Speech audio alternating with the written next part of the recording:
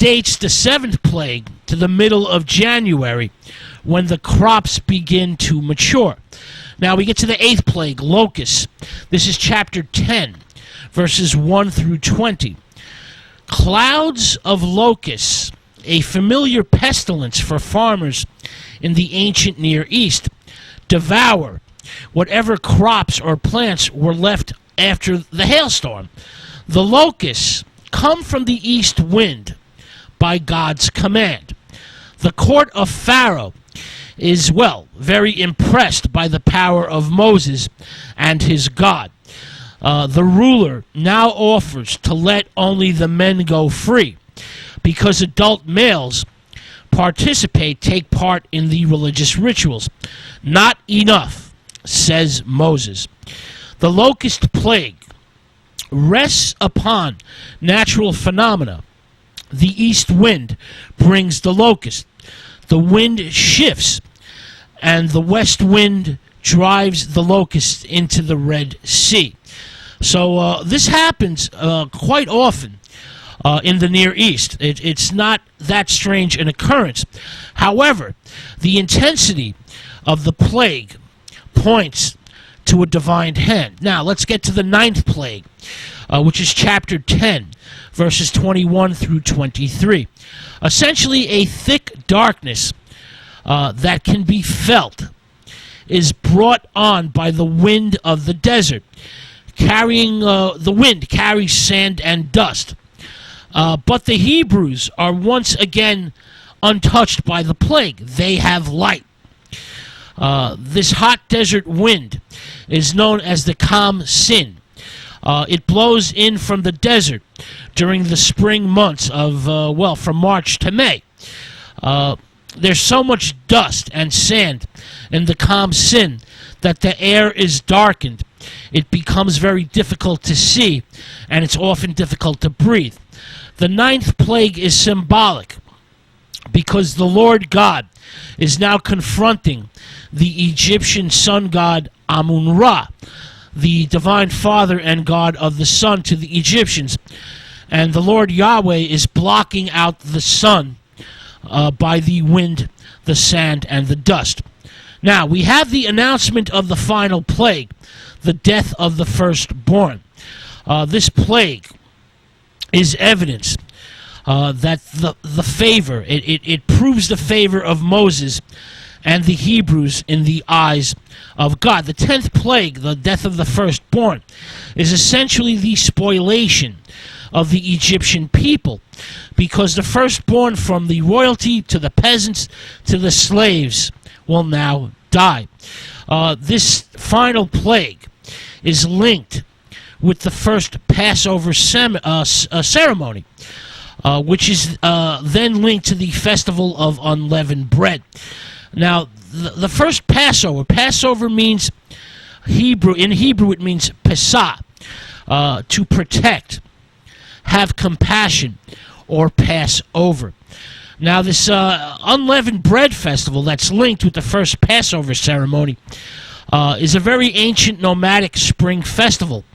It's now reinterpreted as a memorial of God's deliverance, his people from bondage.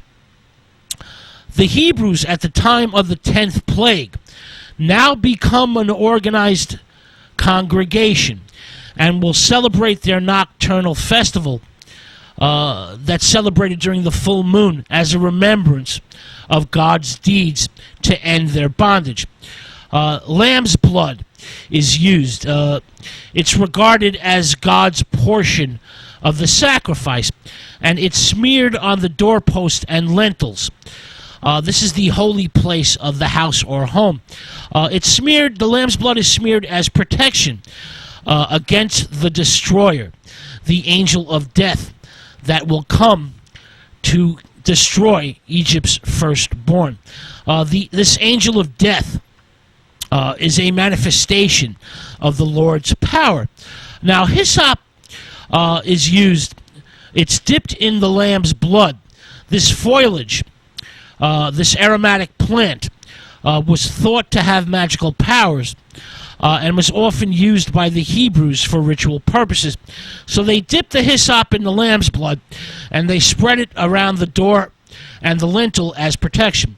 Now, the leavened bread festival, it was, as I mentioned, a nocturnal festival that happens during the full moon. It was a 7-day festival. This was during the time of the barley harvest.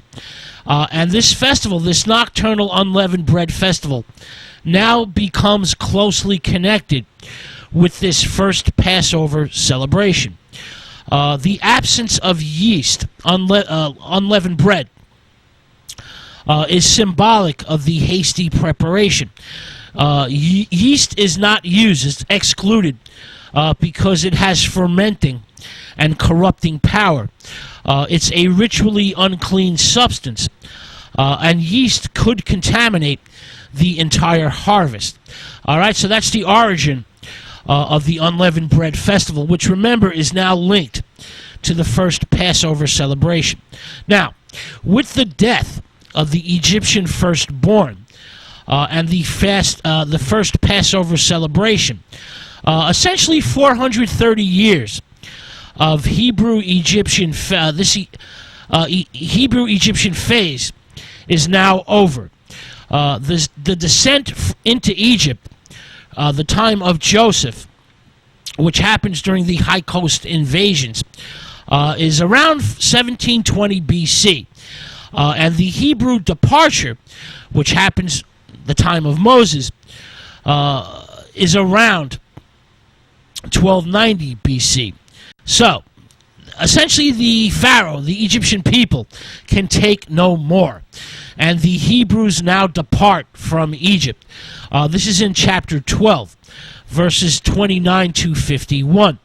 Now, the starting places for the Israelite exodus happened in the cities of Ramses and Succoth, cities that the Hebrews helped to build. According to the text, there's 600,000 men on foot, plus women and children, roughly 2.5 million people.